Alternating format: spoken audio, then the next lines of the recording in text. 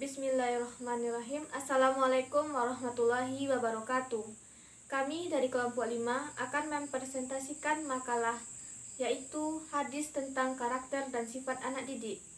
Saya Bunga Zulfa Idris dengan NIM 1830101121 akan mempresentasikan poin A, yaitu hadis tentang duduk di majelis, dengan hadis sebagai berikut. Telah menceritakan kepada kami, Ismail berkata kepadaku, Malik dari Ishaq bin Abdullah bin Abu Talib, bahwa Abu Marah, mantan budak Uqail bin Abu Talib, mengabarkan kepadanya dari Abu Waqid al-Laitsi bahwa Rasulullah SAW ketika sedang duduk bermajelis di masjid bersama para sahabatnya, datanglah 3 orang, yang 2 orang menghadap Nabi dan 1 orang lagi pergi, dan 2 orang terus duduk bersama Nabi, dan 1 lagi diantaranya nampak berbahagia bermajelis bersama Nabi Muhammad SAW. Sedangkan yang kedua duduk di belakang, dan ketiganya berbalik pergi. Setelah Rasulullah SAW selesai bermajelis, beliau bersabda, Maukah kalian aku beritahu tentang ketiga orang tadi? Adapun seseorang di antara mereka, dia meminta perlindungan kepada Allah, maka Allah lindungi dia. Sedangkan yang kedua, yaitu dia malu kepada Allah, dan Allah pun malu kepada dia. Sedangkan yang ketiga, berpaling dari Allah, maka Allah pun berpaling dari dia. Yang selanjutnya yaitu penjelasan dari hadis tersebut, di mana hadis tersebut menjelaskan bahwa Rasulullah SAW mempunyai majelis di Masjid Nabawi, dan gunanya untuk menyampaikan ilmu. Di dalam majelis ini Rasulullah berbentuk seperti halaqah, di mana halaqah itu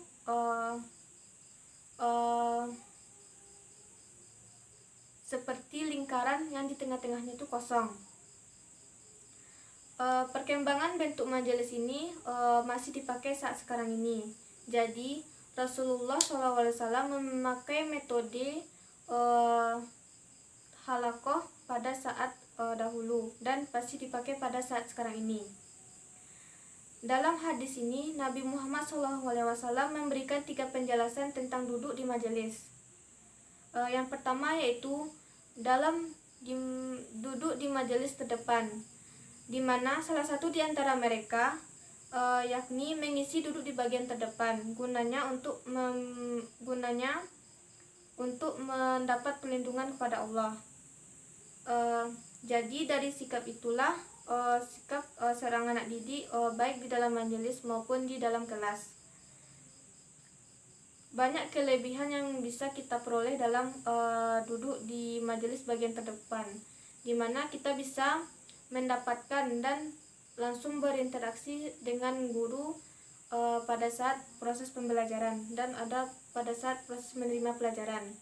Yang kedua yaitu duduk di bagian belakang. Sikap anak didik ini masih dinilai baik karena dia mau bergabung dalam majelis tersebut. Jika ia duduk bagian belakang, maka ia malu berdesakan di bagian depan, dan memang sudah tidak ada tempat kosong di bagian terdepan. Yang ketiga yaitu berpaling pulang. Berpaling pulang ini yaitu dimana sikap tidak menghargai ilmu. Dia hanya lewat saja dalam majelis tersebut, dan tidak ada penjelasan dalam untuk ikut bergabung dalam majelis tersebut. Selanjutnya yaitu ayat yang terkait dalam hadis ini, yaitu Quran surat Mujadilah ayat 11. Dan selanjutnya yaitu pelajaran yang dapat kita petik dalam hadis ini. Yang pertama yaitu etika duduk dalam bermajelis ataupun dalam kelas. Yang kedua yaitu anjuran duduk di majelis atau di kelas sampai selesai pembelajaran. Yang ketiga yaitu keutamaan malu dalam duduk bermajelis, dan selanjutnya yaitu kurang baik duduk di belakang sementara tempat duduk di depan masih kosong. Dan selanjutnya yaitu tercela meninggalkan tempat duduk tanpa uzur. Sekian, terima kasih. Assalamualaikum warahmatullahi wabarakatuh. Saya Nefriyanti, NIM 1830101137, akan melanjutkan pembahasan selanjutnya, yaitu tentang karakter menerima pembelajaran.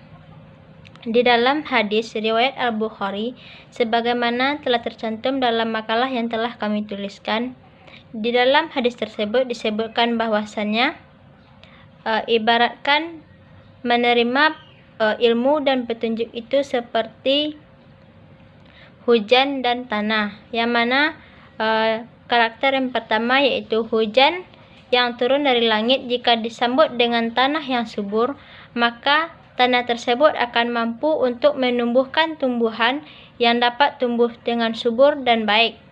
Dan ada juga tanah yang keras, dia akan mampu menampung hujan namun tidak mampu menyerap hujan, sehingga air yang ditampung tersebut tidak bisa dia masuk ke dalam tanah tersebut, sehingga hanya bisa dimanfaatkan oleh manusia untuk kebutuhan sehari-hari, untuk hewan dan lain sebagainya. Dan selanjutnya yaitu ada tanah yang tidak mampu untuk menerima air, karena tanah tersebut keras sehingga hanya bisa dimanfaatkan manusia untuk menampung air dan digunakan untuk kebutuhan sehari-hari. Nah, dalam karakter seperti yang diibaratkan dalam hadis tersebut seperti air dan hujan, begitu juga karakter bagaimana seseorang atau peserta didik dalam menerima pembelajaran. Karakter yang pertama yaitu peserta didik diibaratkan sebagai tanah yang subur. Di sini dimaksudkan ialah seorang peserta didik mampu untuk menerima pembelajaran, yang mana pembelajaran yang ia terima tersebut bermanfaat bagi dirinya, mampu dia mengamalkannya, dan mampu dia untuk berbagi kepada orang lain. Jadi ilmu yang ia dapatkan itu benar-benar mengandung manfaat baik bagi dirinya maupun bagi orang lain. Yang kedua yaitu peserta didik yang mampu untuk menerima pembelajaran. Ia telah menguasai banyak ilmu, banyak pengetahuan, namun ia hanya bisa untuk mentransfer atau membagi dan mengajarkan ilmu tersebut kepada orang lain. Namun ia tidak mampu untuk menggunakan ilmu tersebut ke dalam dirinya. Jadi manfaat ilmu yang ia punya itu hanya mengalir kepada orang lain. Tidak mampu ia menggunakan dan mengamalkannya untuk manfaat bagi dirinya sendiri. Dan selanjutnya yaitu ada yang ketiga, ibaratkan orang yang menerima ilmu itu peserta didik seperti bumi yang licin dan mendatar. Maksudnya di sini ialah seseorang tersebut ia tidak mampu dan tidak paham dengan suatu ilmu, ia tidak mampu menerima ilmu, baik itu menerima ilmu untuk dirinya sendiri, apalagi untuk memberikan dan mengajarkan kepada orang lain. Jadi pada poin ketiga ini dikatakanlah ia sebagai seorang siswa atau peserta didik yang merugi karena tidak ada ilmu yang mampu dia dapatkan, baik itu untuk dirinya maupun untuk orang lain. Dari ketiga karakter yang telah disebutkan tadi, karakter pertamalah yang dikatakan sebagai peserta didik yang mampu dalam menerima pembelajaran dengan baik. Kenapa dikatakan demikian? Karena ilmu yang dia terima mampu dia pahami, dia amalkan, bermanfaat bagi dirinya. Selain bermanfaat bagi dirinya, ia mampu juga mengajarkannya kepada orang lain, sehingga orang lain juga bisa memberi manfaat, mendapatkan manfaat dari apa yang telah ia ajarkan. Jadi ilmu yang ia dapatkan dapat menyebarluaskan kebaikan. Nah, itulah pembahasan yang dapat saya sampaikan. Semoga kita semua sebagai peserta didik maupun mahasiswa, hendaklah kita menjadi ciri-ciri seperti ciri-ciri yang pertama tadi. Kita mampu untuk menerima ilmu baik bermanfaat bagi diri kita sendiri, dan kita juga harus berusaha untuk mengajarkannya kepada orang lain supaya ilmu yang kita dapatkan itu bisa mengalir menjadi amal ibadah bagi kita. Mungkin hanya itu yang dapat saya sampaikan. Terima kasih. Assalamualaikum warahmatullahi wabarakatuh. Assalamualaikum warahmatullahi wabarakatuh. Saya Sri Hidayati dengan NIM 1830101151. Di sini saya akan melanjutkan penjelasan dari rekan saya tadi. Baiklah, kita masuk pada poin C. Di sini dapat kita lihat mengenai hadis tentang tidak melalaikan pembelajaran. Terdapat pada hadis riwayat Muslim nomor 3543 yang mana sudah teman-teman lihat tadi pada makalah kami. Di sini saya akan menjelaskan mengenai syarah hadis tersebut.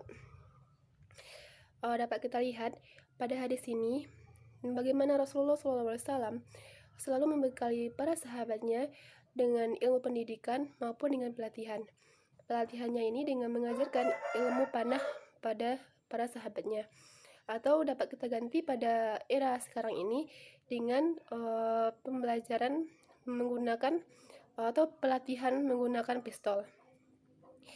Dan pada era modern sekarang ini dapat kita lihat mengenai bagaimana cara meningkatkan kemampuan masyarakat maupun siswanya, yaitu untuk mengakses internet menggunakan handphone, laptop maupun jaringan yang berbasis web.